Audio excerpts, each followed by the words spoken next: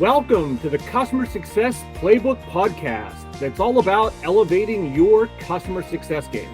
I'm Trebon, and with me is my co-host, Kevin Metzger. We're here to bring you the latest insights, inspiration, and expertise from top leaders in the field of customer success. Kev, we got a great topic today. I'm ready. I'm excited to jump into this. How about yourself? Yeah, super excited.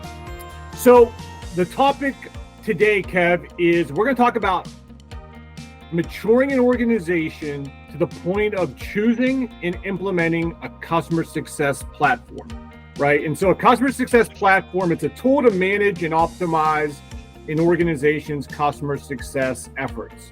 And I think we all know this, but the solution itself is not a silver bullet, right? You don't bring the solution in and flip the switch and then all that value starts dripping out of it. That doesn't happen, right? And so what we're going to talk about today on the episode is all the necessary preliminary processes, customer journeys, data, change management, and resources that you need to have in place to drive the implementation successfully, and also talk about what are some of the pitfalls organizations may have as they bring these platforms into the fold. And so, Kev, we got a great guest lined up to talk about this week. You want to take the honors and introduce our guest? Yeah, I'm super excited to introduce David Ellin today. He's a seasoned customer success leader with over 2 decades of experience, and he's a 2-time top 100 customer success influencer. David has an extensive experience in sales, operations, and customer success roles in diverse companies, from startups to leadership roles and to multi-billion-dollar corporations. Some of David's key accomplishments include securing $1.2 billion in client renewals and over $100 million in upsell, cross-sell revenue growth. He led the transformation of a client success team from a tactical to a strategic focus, thereby delivering greater client value. And he's also has implemented a voice of the customer program with a closed loop action plan, which resulted in 35 points NPS improvement.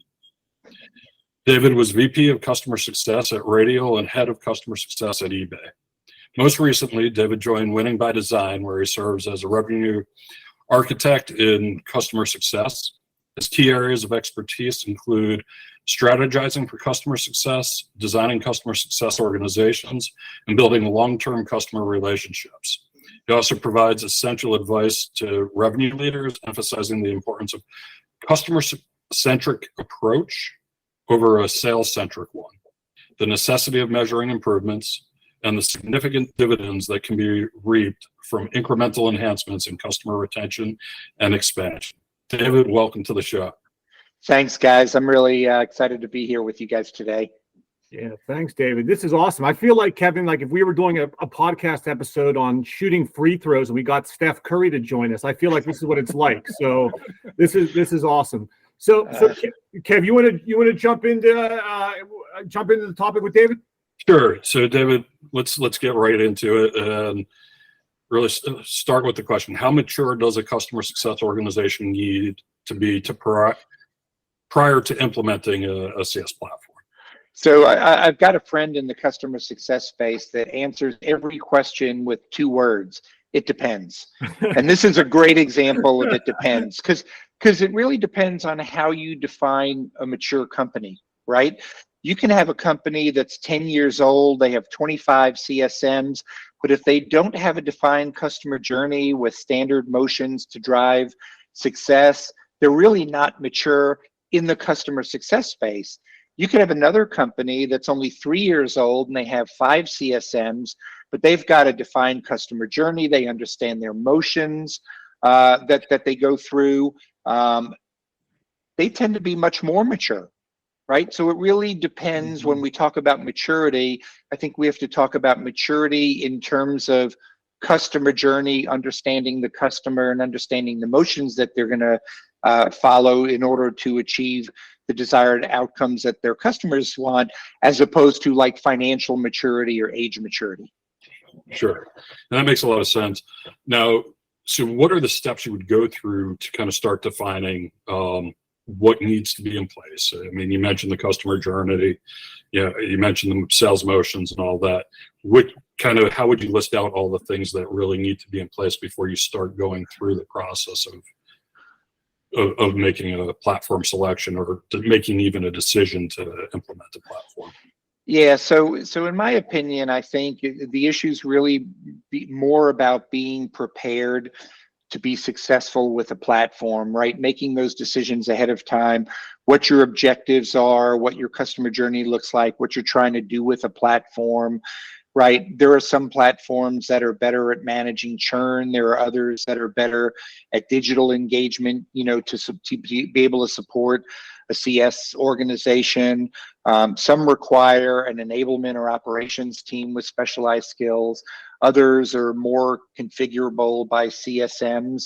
So it's really understanding what your needs are and where you determine at what point you need to pull the trigger for what type of solution you're looking for, right? There's also a point where CS organizations shouldn't implement a CS platform, right? So in my opinion, if you don't have that defined ideal customer journey, you don't have the right journey stages, you don't have any defined work streams or the data that you want to capture, it doesn't make sense. What should a CS lead, right? I'm driving an organization. I've got I'm the lead of the organization. What's my first step in stepping back and saying, okay, we know we want to drive, we know we probably want to improve our processes so that we can get to a place of starting this journey. Yeah. So I think an organization should look at a couple of things, and I'll throw these out in no particular order, right? So I'm not prioritizing it in my mind, but the first thing they should look at, or one of the first things they should look at, is identifying the challenges that they're having in their business, right? What is it that they want to solve for?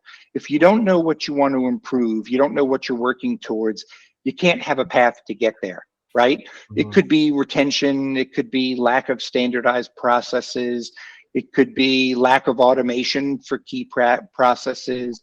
It could also be the lack of data, right? We don't have the ability to capture the data we want, or we're capturing data and we don't know how to analyze it. We don't know how to use it to make determinations about, is a customer healthy? Are they not healthy?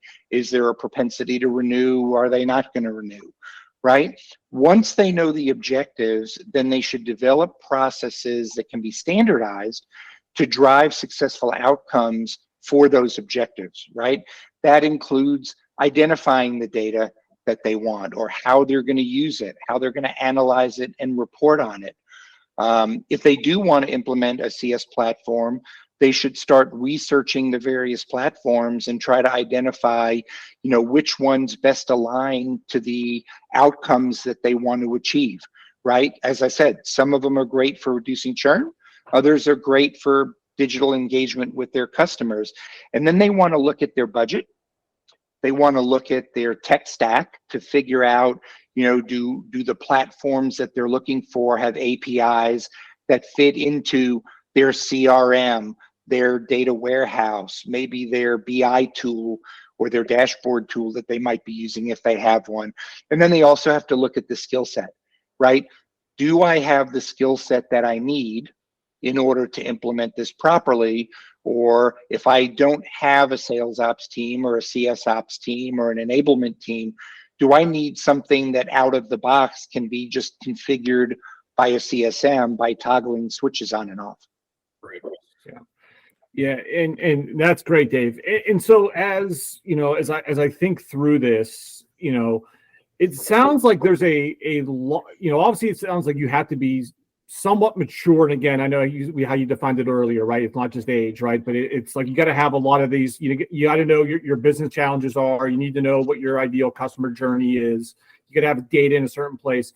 So it sounds like and I don't know what on the step ladder of maturity, Dave, where that's at, but that sounds like a lot of pre-work to get even into the conversation of how can a solution help meet our challenges, right? So from your experience, as organizations start this journey to start looking at solutions, are there certain areas where maybe they haven't done enough sort of prep or double clicking to make sure that they're ready to bring in a solution? Is it around the data? Maybe it's not where it needs to be. Is it maybe the journeys aren't defined, or are they just kind of swimming because they're doing so much and they're looking for some sort of solution to help them without kind of really defining what those goals and objectives are?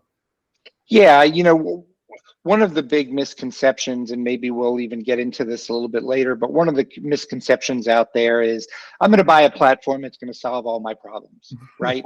And it doesn't work that way. So understanding the customer journey is paramount to being able to identify those key moments that matter for a customer, and then creating motions that make that journey successful. So if you think of a journey map the same way you would think of a roadmap, right? So let's say we want to take a trip. We're all sitting here in Atlanta, Georgia right now. Let's say we want to go from Atlanta to New York, right? If we don't understand what that journey looks like before we even get in the car, we're never going to make it, right? So we need to understand not only the moments, but which moments are critical and which moments aren't critical. Let's say we decide we want to stop for dinner along the way, right? The truth is that's not a critical moment. We can get off at any exit. We could find a restaurant. We can get back on any exit and proceed along the way, right? But the intersection between Interstate 85 and Interstate 95 is a critical moment. If we miss that intersection, we're off our journey, and it's going to take a lot of work to get back on the journey. So, some pieces of the journey you have to hit out of the ballpark and others you don't.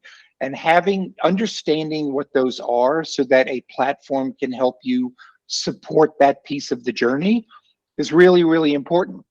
Yeah. An example along a customer journey is a one-on-one call with a power user may not be a critical moment, even though it might be a key touch point, but having a quarterly business review or an executive business review is a critical touch point. Right? There are CS platforms that are great at helping CS teams prepare and execute business reviews. There are others that don't even have a module that touches that. So really understanding those pieces of it is really critical. And then I'd say, one of the other things is determining which platform you implement and how you're going to configure it.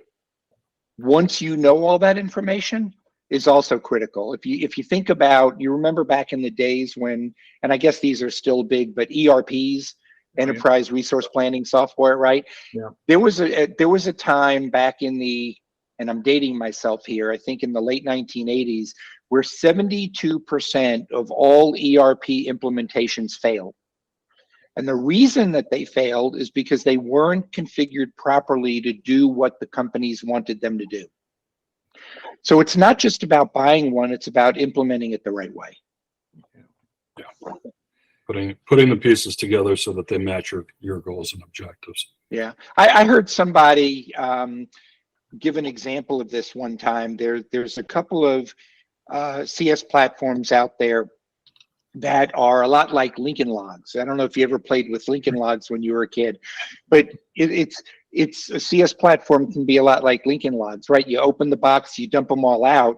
You got a bunch of tools, but you don't actually have a log cabin until you put all the tools together in the right way, right? It's the same thing with some of these CS platforms. Is there's a lot of functionality in there, but you have to have the expertise to piece it together. Yeah. And I love that analogy, Dave. Like I think back when we used to play as Lincoln Logs as a kid. My sister made the pretty log cabin house, right? Mine looked like I was playing a game of sticking things anywhere you could, and that's probably the wrong implementation, right? She did all the right steps to build a log cabin. So I love that. Yeah. So Dave, let's say a company has done all of this, right? They've come in, they've kind of matched the tools that a solution could offer, and they've really built this out, and they've done the pre-planning and they're ready to bring it in. So as they go live, talk a little bit about maybe, what needs to happen from a change management perspective, like a training perspective. Like, how does this stick long term? Because just being in, the corporation space for a long time, I've seen flavors of the month come and go over time, and some solutions stick and others don't. I'm curious, from a CS platform, even if you align them correctly, how do you get these? How do you get adaptability? How do you get people to use them? How do you drive value continuously? Yeah, I would say the first thing that comes to my mind, Roman, in that situation is making sure that you're getting buy-in from the users, right? The last thing that you want to do is have a bunch of technology people buying what they think they should buy, implementing it the way they think they should implement it, and then they hand it over to users, and the users go, boy, this doesn't do anything we need to do. It doesn't give us anything meaningful, right?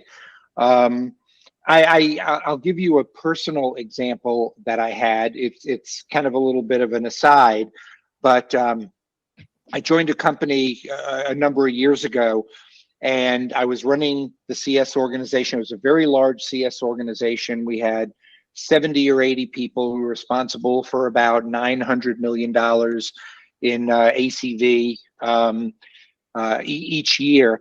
And every time we would get a new release of our software, we would look at the functionality, and so the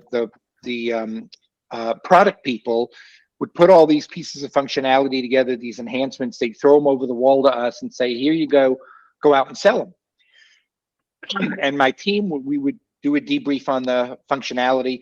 My team would look at me and they go, this isn't what our customers want, right? None of them are talking about this stuff. This is not what's hot in the marketplace. And I finally went back to the head of product development and I said, tell me about your process for identifying the features and the functionality that you're working on. And so he took me into the product development room, and it was this big room, big enough for about 15 people, and all of the walls were nothing but this whiteboard stuff that you can write on. And they had ideas all over the place.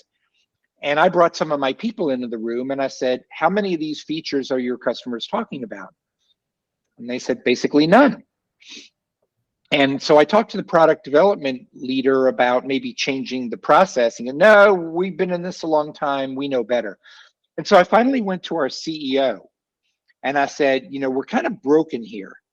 And he said, tell me about it. And he didn't believe me. And I said, come with me to 5 customers and let's talk about some of the feature enhancements that we've released. And let's kind of gauge the response of these 5 customers. And he went on this trip with me, he came back and he said, we're going to do this differently because nobody's going to buy anything that we've developed, right? Yep. And I said, okay. And he said, how do you think we should approach it? And so I told him, and he said, great, you now own product development. Wasn't what I was looking for, Yeah, be careful but what you ask for. but I changed the whole process because of what change management needs to look like. So the first thing I did was I got our customers involved in talking about what they needed, because they're the users, right? The last thing I want to do is deliver something to a user that they don't need even for free and they're not willing to pay for, certainly. So the first thing that I always start with is get the buy-in from the users. So the ops team, the enablement team, whoever is responsible for implementing the platform, purchasing the platform, needs to talk to the CSMs, the account managers. If account managers are responsible for expansion and renewal, they need to be involved, right? Talk to the users and find out what their skill set is, where their challenges are, what functionality they need, and how they're going to use it, right? Then when you implement something, they've already been part of the process. That immediately gives you a leapfrog into change management. The second thing I would say is you need to have active project management. You need to make sure that things are staying on time, on schedule. People that are accountable for things are doing the things they need. Sometimes that means the CSMs providing information to the enablement team so that they can configure the system properly. But all in all, you need to have the right voices in the room at the right time. And leadership needs to reinforce the need to use the platform. Yeah. So the back end, the long tail of change management is really user adoption. Right. It's the same thing CSM space when they're trying to get a customer to adopt their platform, right? And that Yeah. and managing change Yep. that way. Yeah. Yeah. So, and I mean, you got to measure basically the adoption, I imagine, along the way, right? And measure the usage and kind of have that feedback loop so that you can find out what the problems are, right? Yeah, I mean, exactly. If I'm an enablement person and I've got functionality out there for a CSM to be able to configure digital touch to customers, I want to see that they're using it. I want to know that they understand how to use it, right? If I don't see any of my CSMs using that piece of functionality, either the functionality is not working, they don't think it's valuable, or probably more often than not, they don't know how to use it. Yeah. Right? They were never trained properly, right? But they're not raising their hands and saying, teach me. They're just working around it and not using it. So understanding the usability of it and the adoption is critical. Yeah. And to your point, I guess training programs as well, right? Making sure. It's staying in touch, Dave, like I think you said earlier, is like keeping in touch with that end user, right? From the beginning, and it's continuous, right? As their needs evolve, the platform needs to evolve, and having that active project management. And then obviously the leadership, support there that's going to drive behaviors as well, right? You can probably replace this with CRM or some other tools, and it's the same story where you build it, the users aren't engaged, they don't find value in it. You ask them, why aren't you using this platform? And they say stuff like, my boss doesn't care. Doesn't do anything for me. Doesn't save me any time. And you're like, well, why are we getting value from this system? It's the same thing. And I think your analogy, even back when you took over product management, kind of is a great one for internal tools as well. Yeah, I mean the other, and there's one other one I would probably add, and that would be the use of power users. Right? If you can enlist one or two power users who can be the voice of the rest of the team and share what's working and not, and they can get that real expertise. So another CSM might go to one of the power users and say, help me figure that out. That helps drive change as well. And it accelerates it to some degree. Yeah, that makes a lot of sense. Yeah. So what are some of the common misconceptions about customer success platforms? Yeah, so the first one I think I touched on before is I would say it's not the magic bullet. It's not the thing where, okay, my churn is too high, my retention is too low, my adoption really isn't very good. I'm going to buy this piece of technology and put it in place, and all my problems are going to be solved, right? I can't tell you how many clients I've done work for where they tell me that they're abandoning the CS platform because they thought it was the magic bullet that they needed. And then when I go through them, some of the things that we've talked about today, what was the process that you used to pick the platform? How did you implement it? What did you do about training and change management? And they didn't have any of those things in place. They said, oh, we were told that this would just solve all of our problems, and it doesn't, right? So that would be the first thing is be very careful and understand it's a mechanism to help you get there. It is not the end all be all that you think it is, right? And then the second biggest misconception I would say is that companies don't understand that a lot of these platforms are not plug and play. They do require knowledge and skill to be able to do something. And I'll give you a great example. About 2 or 3 months ago, I completed a series of customer success playbooks for a company that was using one of the more commonly known CS platforms. And when I said to them, okay, how are we going to build these playbooks into your CS tool and activate them in a way that they present themselves to the CSMs and to the account managers in a proactive way, right? I'm looking at this piece of data and it's telling me I have to launch this play. I have to go have this call with this customer, or I have to send this email about adoption, whatever the case may be. And the answer I got was, we don't really know how to do that. We only have one person that's trained on the CS platform, and she's leaving in 2 weeks. Yeah. And we haven't replaced her yet, right? So it's one of those things where you have to understand what it's going to take, not only to implement a system, but to maintain the system as well, right? Now, they could have said, we built this platform, we implemented this platform with the idea of outsourcing any changes that we want to make, implementing any playbooks and functionality. In this particular case, this client had no idea what to do next. And so I had to stay on and walk them through what activating the platform and building it out in their technology tools look like, right? And a lot of times companies fall very short on that. I'm always impressed when I go into a client and we start talking about the tools that in their tech stack and what they're doing and how they're using them. And they go, yeah, we've got a team and they're active in it. They're trained. They stay up to date. They go to training every 3 months. I mean, it's doesn't happen often, but that's the ideal situation. Yeah, it's pretty unusual to find. I mean, but yeah. Yeah, but that's the ideal state. That's the, that's great. You have you're engaged with your users. You have your support team that's well skilled and continuously learning to get the most, helping even the users get the most value out of the platform as well. So Dave, we've talked about some misconceptions, some pitfalls. Let's say an organization has, they've aligned their objectives. Like you've touched on a few of like the benefits of a CS platform when companies get it right. I want to just make sure, because again, I come from more of a CRM background. I've never actually used a CS platform. So I'm curious, when all the kind of stars align, the planning goes well, what can an organization get out of this when they actually do implement this correctly?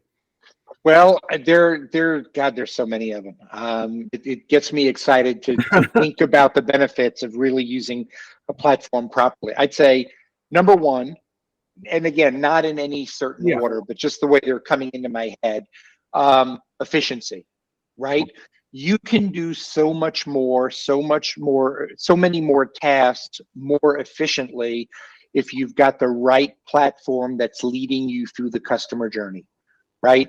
And because you can be more efficient, then there's cost savings involved there, right? Either that means CSMs can handle more accounts, so you can have a higher CSM to client ratio, or it means you don't necessarily have to hire as many people on your CS team. Mm-hmm. So that would be number one. I'd say number two, you get things right more often than you don't.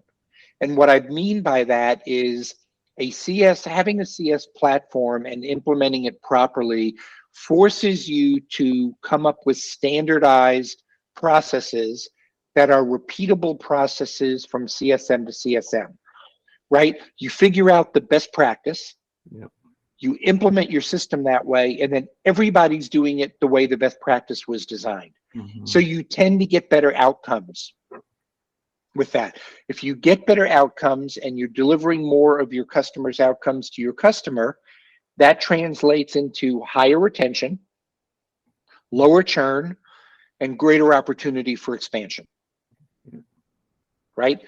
I'd say number three, you get employee satisfaction, right? When you take a CSM team and you give them a set of tools that makes their job easier and more fun, and they feel like they're getting benefit from it, they're enjoying their job more, they're making their customers happy, right? They can find data in the right place when they need it and the data is accurate, right? Huge benefit, right? So you reduce your internal turnover, you're not losing as many employees, people stay on, they like it, they tell their friends want to come work there. So there's a lot of staffing benefits to it as well. Mm-hmm. Yeah, no, that's a ton. That's a lot right there, David. I'm sure you could probably list 3, 4, 5, 7 others, right, as well. One company, but those big ones there are huge. I am curious, Kev. I got one more follow-up question for Dave here again. I am super intrigued by this topic. In terms of the platforms, how are they already incorporating AI elements, Dave, into these? Like, is it already there? Is it coming? I'm just curious how, you talked about maybe like efficiency being one of the top ones, and that kind of jumped off the page to me as are these software organizations already embedding this into their CS tools? The short answer to that is yes, they are. Okay. It's a very, very hot topic. There's a lot of CS discussion forums out on the web that I participate in, and there's a lot of discussion about how do we implement AI, how do we use it, when is it good, when is it not good. Obviously, people are thinking that AI is going to replace the CSM.